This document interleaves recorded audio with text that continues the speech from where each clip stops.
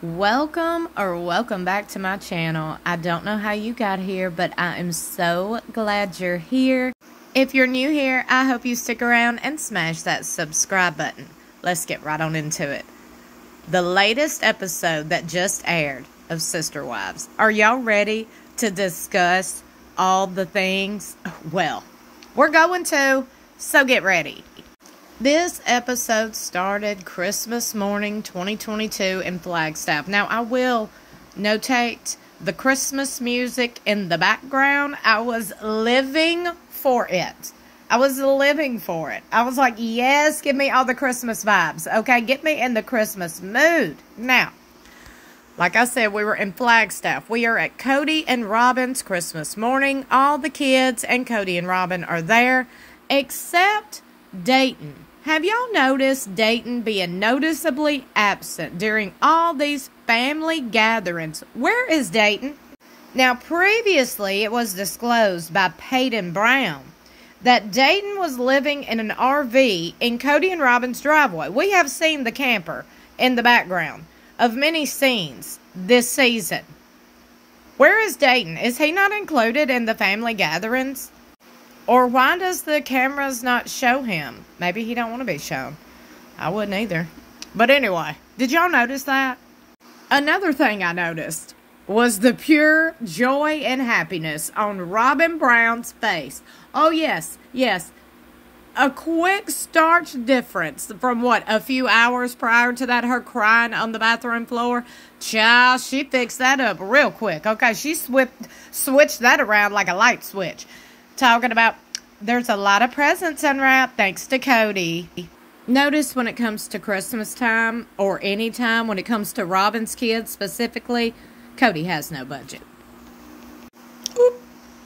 In Utah, Christine and all her kids and grandkids get together, exchange gifts, spend time together. Just beautiful Christmas moments. I just want to notate that. Beautiful moments, happy moments, everybody smiling, everybody having a good time, opening gifts around their loved ones. Love to see it. We seen Janelle in North Carolina spending Christmas with her kids at Maddie and Caleb's. Look, y'all, these grandbabies, you could tell Janelle just thrives on these grandbabies, just like Christine. That is such a beautiful thing to see. Janelle's so excited watching Axel open his train set. Then we get to Mary spending Christmas with these ladies that we've never seen before nor met. I don't know. I just don't feel comfortable saying my opinion about Mary and her moments. I mean, it's just, people will come at me like, do you have a problem with Mary? Just because I say Mary's boring. And I'm over her storyline. So, apparently I can't have a thought on Mary if it's not praising her.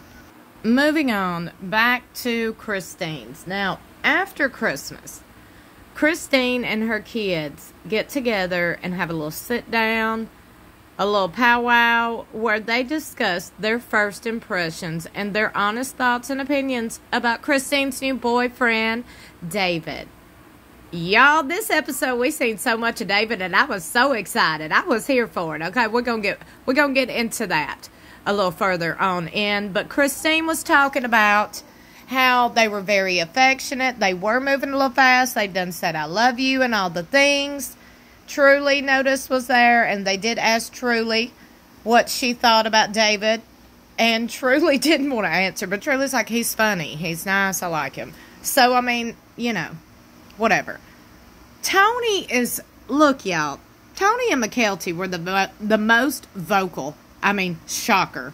Who would have thought that? Who'd have thunk it? Tony just awkwardly blurts out, oh, I like him. He's a lot like Cody. I'm like, what an awkward thing to say. Dude, that is her ex. I get it, that's she daddy-in-law. Dude, come on now. Did you not see how he yelled at Christine? Said she was disgusting? Then why the hell are you comparing? Anyway, moving on. Isabel pops in. Now, apparently, it was pointed out that Isabel is one of Christine's kids that's taken it the hardest. Isabel quickly wants to clarify that she just thinks it's weird because she's never seen her mama be intimate with anybody. And she said she's never seen her mama, you know, date anybody or be with anybody but her daddy. So she said it's just strange. And she's like, well, they are moving a little fast. McKelty reminded her real quick, well, I proposed to Tony within like a few weeks. And then Isabel goes, well, we're not talking about you. I'm like, well, hell, you can't be a hypocrite. I don't give a rip who you are. You can't be a hypocrite at all. You can't sit there and say somebody moving too fast, knowing your sister's sitting there happily married with all these chillins. I can't get behind that, okay, without saying something about it, okay? Let's not be hypocrites. Love that Christine is happy. That is evident. That's obvious. You can see it on her face. You can hear it in her voice. You can see it in her eyes, okay? That is a beautiful thing. That is something you want to encourage and support fully. Back in North Carolina, Janelle, Madison, a.k.a. Maddie, and Caleb. Savannah was there, but we didn't see Savannah. We're sitting down having a conversation about property and the property they was wanting to buy and all this, because Janelle was bringing up they had the same plans of being farmers. We're going to get into that. Janelle pointed out that she was trying to get Cody to poop or get off the pot, basically. Do something about this property, buy her out, because, you know, she's ready to be done with the whole property in Flagstaff and, you know, set her roots on her own property somewhere else. Now, she did discuss getting property with Maddie and Caleb because they have the same dreams of being farmers, where she giggles and said, well, we're not really going to be farmers. Like, we might have a garden and some chickens, but let's be real. We're not really going to be farmers. It might be like a hobby farm. Fast forward to their Tata Farms venture today, which apparently they don't have nothing for sale but some t-shirts. But hey, we all have dreams. So kudos to Janelle for going for her dreams. Then we see Cody pulling up at Mary's $5,000 a month rental in Flagstaff. I'm going to point that out. Hey, if you got it, spend it apparently. I ain't here to tell you where to spend your money. But these people putting, you know, they're struggling, their finances and all this on Front Street. Meanwhile, I'm over here like this, like, well, why has Mary got enough funds to throw away $5,000 a month in rent? Because you already know that's throwing it away. You spent $5,000 a month for how many years? You can't get that money back. You don't even own that property. You don't even own a piece of that property. Why do you pay? Anyway, that's not what we're talking about. That's not what this scene is about, but I have thoughts and opinions on Mary's house in Flagstaff, okay? Cody said he pulled up because he done got word from the church, the elders, that they granted them a termination or release on the grounds of abandonment, which he said he didn't agree with, which, look, my thoughts and opinions, I don't agree with either, because I'm like, hold up, Mary. You the one that did the whole catfishing situation, okay? You the one that talked to somebody else, and we heard all them voicemails of you. Literally, that is cheating, because I am a married woman, and I would never in a million years have any sort of conversation the way Mary was having with her catfish. I would never have that conversation with anybody other than my husband. But we all heard them voicemails. We all seen the picture of Mary with the banana in her mouth. She's sending that catfish. Yet, Mary didn't go to the church and ask for forgiveness for that. So, I'm still over here saying this. As much as I dislike Cody, I dislike Mary too, because Mary ain't being honest her dang self. But let me be the one to call it out, okay? Because Lord knows Cody calls it out. He's over here like, I don't know, nailed to the cross again. I'm like, well, look, Cody just danged if he does, danged if he don't at this point. But we all need to look at Mary and know the facts, okay? Mary's sitting here bringing this stuff up and acting like she's all innocent and ain't got no part in nothing of their marriage falling apart. And then she won't throw her hands up in there and talk about, well, I didn't call you here to fight, Cody. Yeah, you did, Mary. Why are we still having the same dang conversation y'all have had for the past 10 years? But anyway, I want to point this out. Cody's talking about this F and F. Fight or, you know.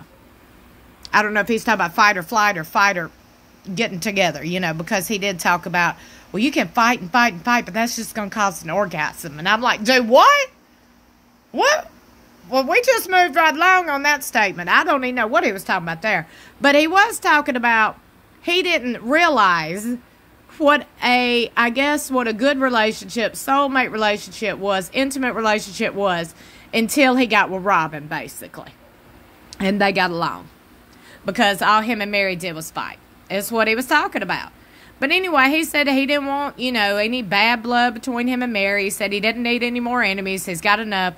So he's basically like, are we good, Mary? Mary's like, oh, we're good. We're exes. This is what we are, Cody. And Cody's like, okay, Mary. Cody's just trying to be civil about it. Mary's over here aggressive, hostile, clearly still bitter, clearly got some things she wants to get off her chest. That's just the vibe I got out of it. I didn't like this whole conversation. I was bored with it. I don't know about you, but me as a longtime viewer of this show and fan, I will say this.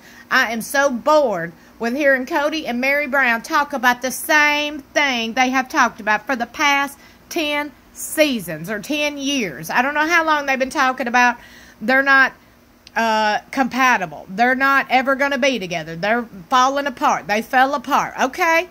Have you not noticed that every single season has Cody or Mary made any sort of progression in any of their storyline? No, they're still having sit-down conversations about breaking up, not working out. Good Lord.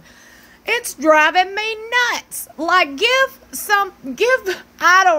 Christine and David more airtime, because this right here, show us more of this. This right here. Instead of Cody and Mary just constantly bitter arguing. I'm tired of seeing that. Show us this. David pulling up, picking up Christine to go out on a date. Y'all, I'm going to be honest. I cried. I cried during their scene because they were both so happy. And the way they were talking to each other, it just reminded me of me and Donnie. It really did. My husband is so sweet and attentive like this and so caring. Look at David opening the door for Christine. Stop it right now. A true gentleman. Cody would never. Cody would never. Tony and McKelty. Tony Patron, what are you talking about? David reminds you of Cody. I ain't never seen Cody do this for Christine. How dare you? Y'all. Tony tried it. But anyway, look.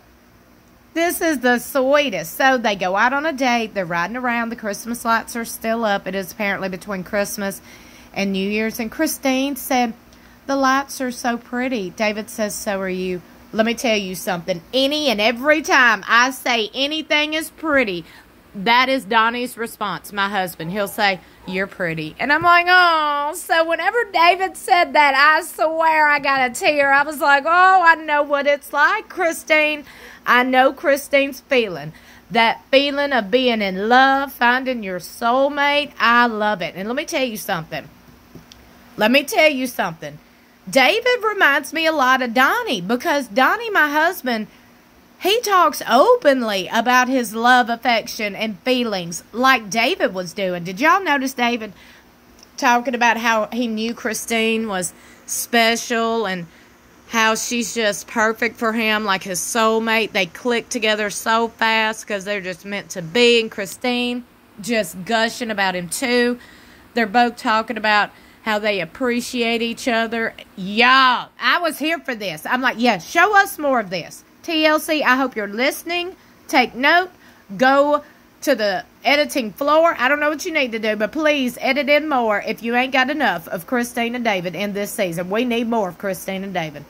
Now, apparently, we're going to see a lot more David. This is what I am so ready to see. Christine and David and their journey. That's the good stuff right there. The good stuff. Now, look, right here, they was looking for property. In the next episode, they already looking for property with the kids. And notice, this is Christine and David's engagement photos, okay? Well, we seen them thrown up, too. So I'm like, oh, are we going to see them get engaged in the next episode? Please tell me yes. Please tell me it's either this episode that's coming up, or it'll be episode 8 that we're going to see David and Christine get engaged. OMG. Y'all. Woo-wee. What did y'all think about this episode that just aired? Let me know in the comments below. Let me know everything. All of your thoughts and opinions. Be sure you like and share this video. Let's get the discussion going. Don't forget to subscribe. I got a lot more on the way, including later on this week, I'll have you some teasers for the upcoming episode of Sister Wives. So please stay tuned. Don't forget, you can catch older seasons and older episodes of Sister Wives, which air exclusively on TLC. You can go look up TLC Go, Discovery Plus, all the places, search Sister Wives, and the episodes and seasons that are available for you to stream and watch on your own time will pop up. Just go watch them. Get caught up, y'all. This is good. This is getting good. Do you hear me right now?